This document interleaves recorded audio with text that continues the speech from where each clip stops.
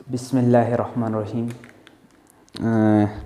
Last time हमने बात की थी कि हमारे पास जो फिज़िकल प्रॉपर्टीज़ ऑफ अल्केन्स क्या होते हैं। आज हम बात करेंगे that is physical properties of cycloalkanes.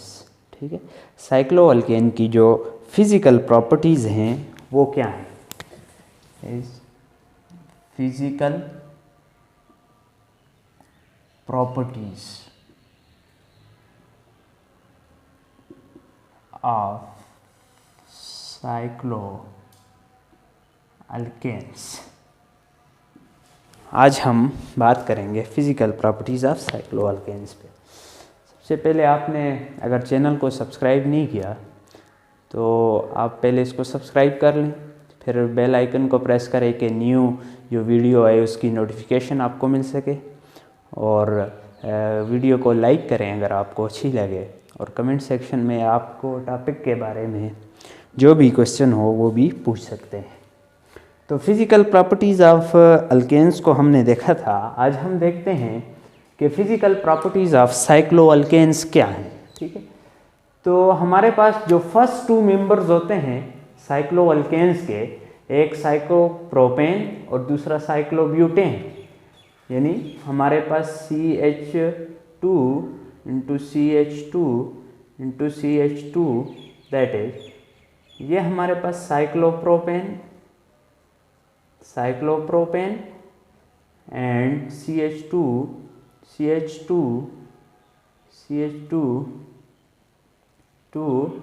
That is cyclobutane. ये जो दो मेंबर हैं साइक्लोअल्केन्स के, ये हमारे पास क्या हैं? गैसेज हैं। They both are gases.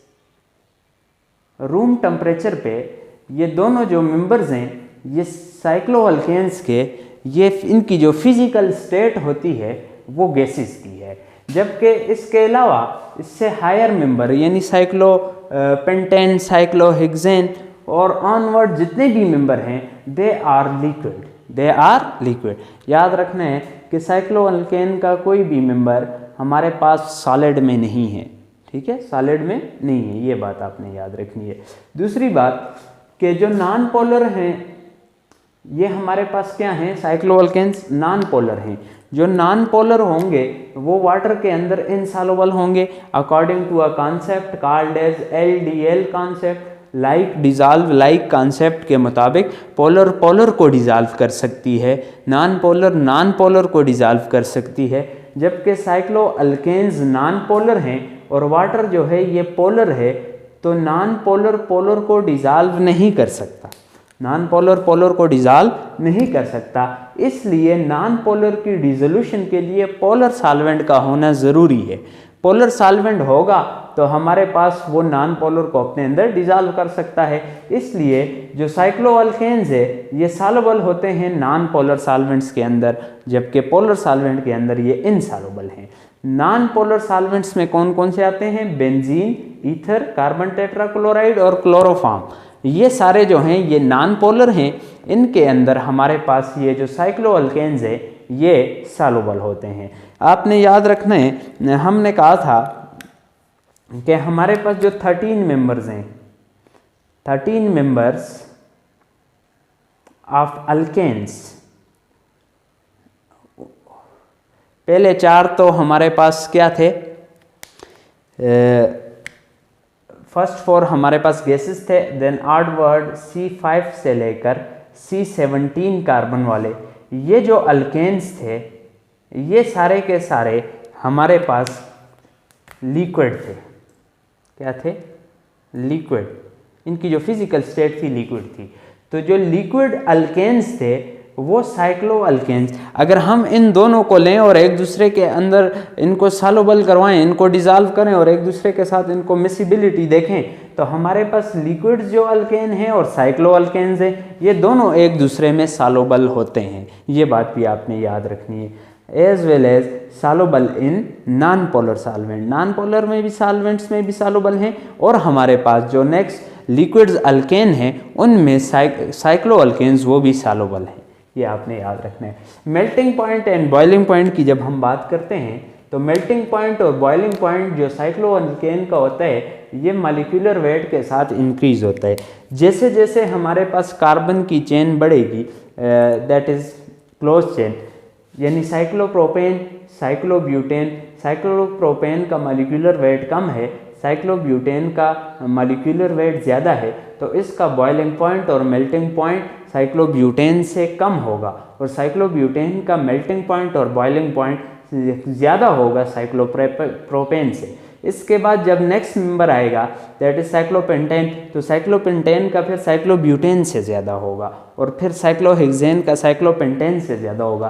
तो जिस तरह मॉलिक्यूलर वेट बढ़ता जाएगा तो इसका मेल्टिंग पॉइंट और बॉइलिंग पॉइंट ज़्यादा होगा। लेकिन अगर हम कंपेयर करें, किसको कंपेयर करें, साइक्लोअल्केन्स को कंपेयर करें अल्केन्स के साथ, अल्केन्स और साइक्लोअल्केन्स का देखें, यानी हम देख लें साइक्लोब्यूटेन, ये भी 4 कार्बन वाला कंपाउंड है, और हम अगर सिर्फ नॉर्मल ब्यूटेन देख ले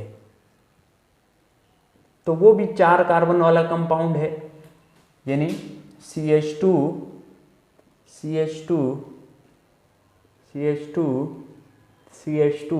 एंड CH2, ये हमारे पास 4 कार्बन वाला है, ये भी हमारे पास 4 कार्बन वाला है, CH3 इंटू